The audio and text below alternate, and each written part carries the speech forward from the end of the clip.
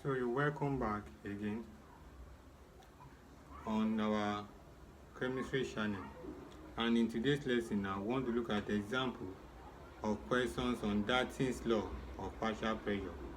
We've stated the law in our previous class and I've explained it. So now I want to look at real-time example of question on Dalton's law of partial pressure. 220 cm cube of oxygen is collected over water. That's my V1 is 220 cm cube at 15 degrees Celsius. That's my T1, 15 degrees Celsius. Convert to Kelvin. That's by adding 273. So we have 288 Kelvin at 50 millimeter hygrometer. Now that's the total pressure. Since the oxygen gas is collected over water, this pressure is my P total pressure now. Collection of gas over water. This will not be my P1. This will be my total pressure, PT. And that will be equal to 500 millimeter hygrometer. So you have 500 millimeter hygrometer. What is the volume of the dry oxygen at STP? At STP now, that means my P2 will be equal to, since I'm giving millimeter hygrometer here, my P2 will be 760 millimeter hygrometer. Then my T2 will be equal to 273 Kelvin at STP. So this is what you have at STP.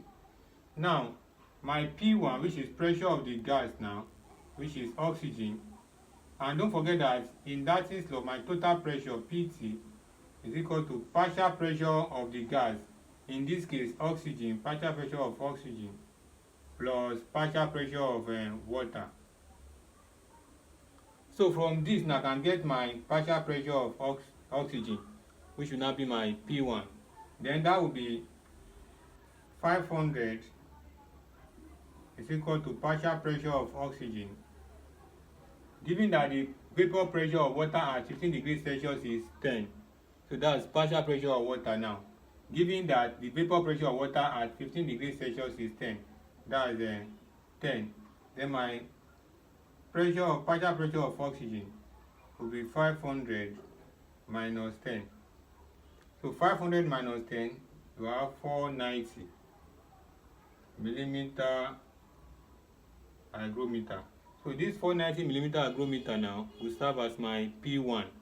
Then using my general gas equation of P1 V1 over T1 is equal to P2 V2 over T2. Substitute your value now. This is my P1 now. I have 490 times V1 is 220. My T1 is 288. My P2 is 760. V2 is question over 273. So if I cross multiply, this will multiply this now. So I will have 288 times 760 V2 is equal to 490 times 220 times 273. So you have 288 times 760. Now will be 218880 V2 is equal to 490 times 220 times 273. And that will give me 294,29400. Divide both sides by this now to get your V2.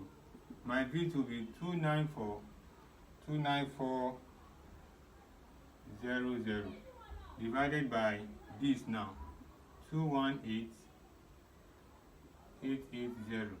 So my V2 will be equal to this divided by 218,880.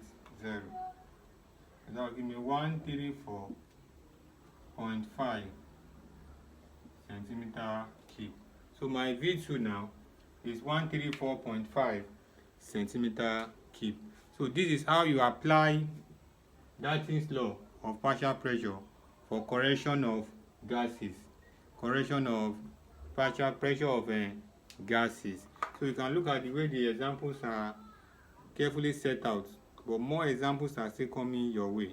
So stay tuned to our chemistry with Chris. Bye.